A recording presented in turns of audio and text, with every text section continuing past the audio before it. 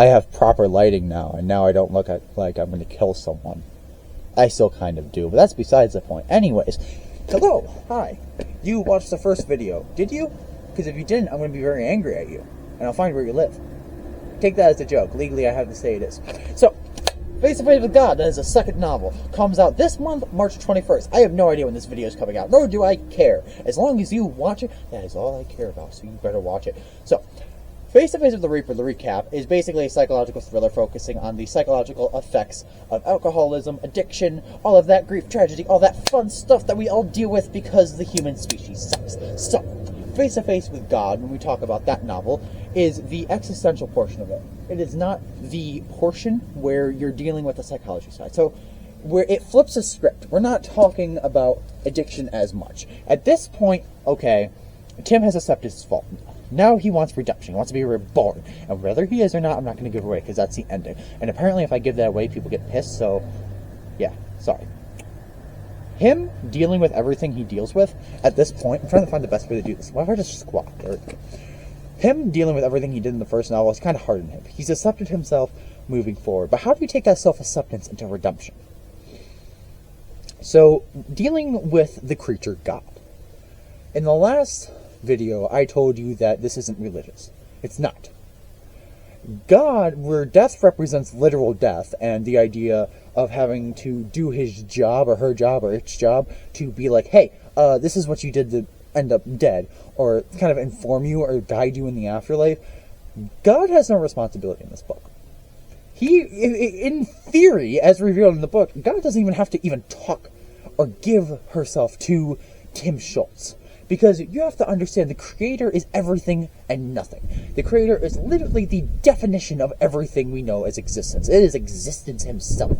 Herself. Itself. It has no gender. It has nothing. It is everything. Every binary, everything. That is what God represents. So, in this novel, we are stepping away from the psychology side and more of the worth of human beings and redemption. Tim Schultz begins this novel walking up a staircase, and he meets God. And God's basically like, oh, this is pretty entertaining that you're here for redemption.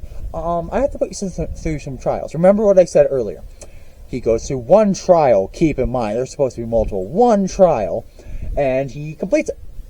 And then God's like, yeah, honestly, I don't have to care about you, so ask for whatever you want, and then I'll rebirth you. That's because we are now talking about human worth. Existentialism was something I got really into while writing this book. Before writing it and then writing it. And there's always this question of why are we here? And you have two binaries of answers. You have, yes, this is why we're here, whether that be God, religion, money, power, fame. And then you have, there is no reason, we don't matter. The question I propose here is, what if we don't need to know? What if we don't want to know? What if we don't need to know? And that addiction doesn't just come from that psychological thing, but we have multiple addictions. Materialism, material obsolescence, and that the fact is, and this is an idea that Lovecraft talks about, material obsolescence, the idea that nothing in our society that we know of matters.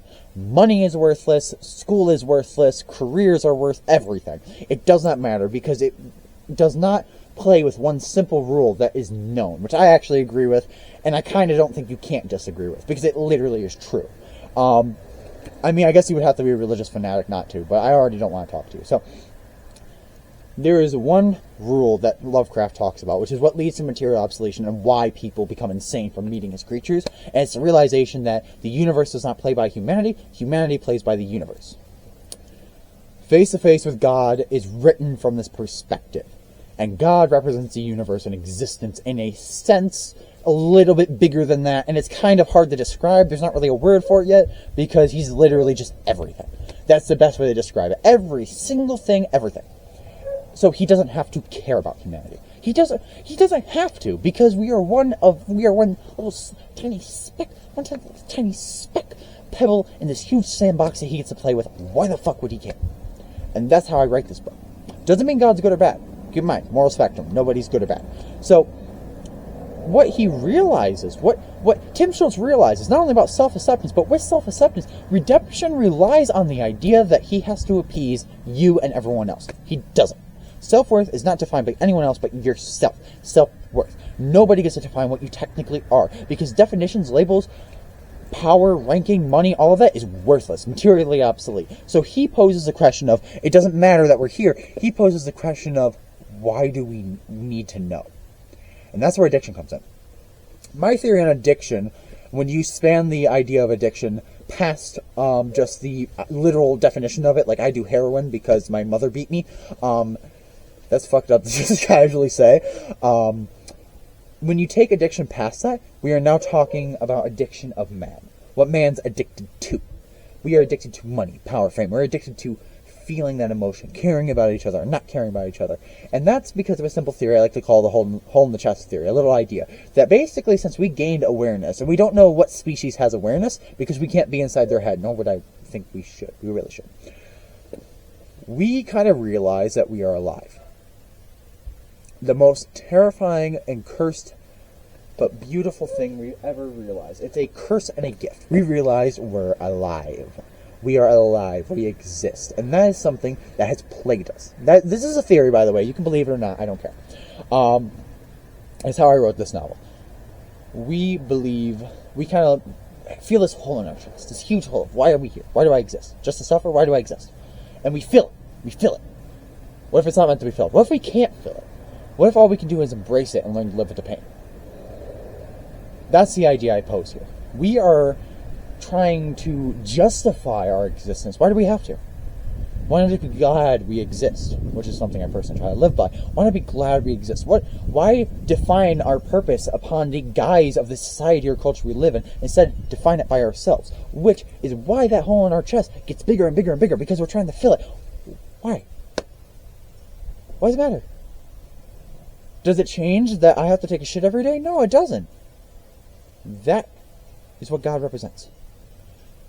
And what this whole novel talks about. Self-worth and redemption relies on the idea that it matters to other people. Why does it matter? We all die in the end. Popular saying I like to say when someone, or popular quote I made up, when someone tries to act like they're better than you, you bleed too. You die too. It's not grim. At least it shouldn't be. It is what happens. Tim Schultz died. That is what happens, whether it be by our own hands or just nature. Why spend all your life chasing for why? Why spend all your life chasing for these things that you know are materially obsolete? Take what you want to make you happy and comfortable in the moment. That is what matters. Self-acceptance. It's not self-love. No. Do not chase that rabbit hole. You don't want to become too egotistical. You want to be yourself. You want the death of the ego. The idea that you are either worse or less. You are human. And that's what Tim Schultz realizes. He is human. He is definitively human and nothing else. And whether humanity is good or bad is an opinion subjected to all of us. And what we can make. I hate humanity. We can make. So, that's really the idea of this novel. It's the two books kind of serve as a psychological connection from psychology to existentialism and my whole theory about this hole in our chest. The whole theory of that. The whole theory of that. Anyways, clever pun. Didn't mean to do that, but we're going to go with it. That's kind of what this whole novel talks about and kind of explains his addiction from the first book. That's really the whole idea here. The hole in the chest analogy. So, with that being said, I hope that explains enough. I recorded this like I was ranting at you. That's how I wanted to do it. This book is available at Lulu. Keep checking behind me because it's nighttime outside and I don't feel like dealing with shit or having a neighbor ask why I'm doing this. I don't care. It's on Barnes & Noble under my old name, Andy Galupa. Lulu, Andy Galupa. Kobo, just look up the name. I really don't know if I have a page in there. I'm trying to find it. If you go on Elastic Stage or Bandcamp,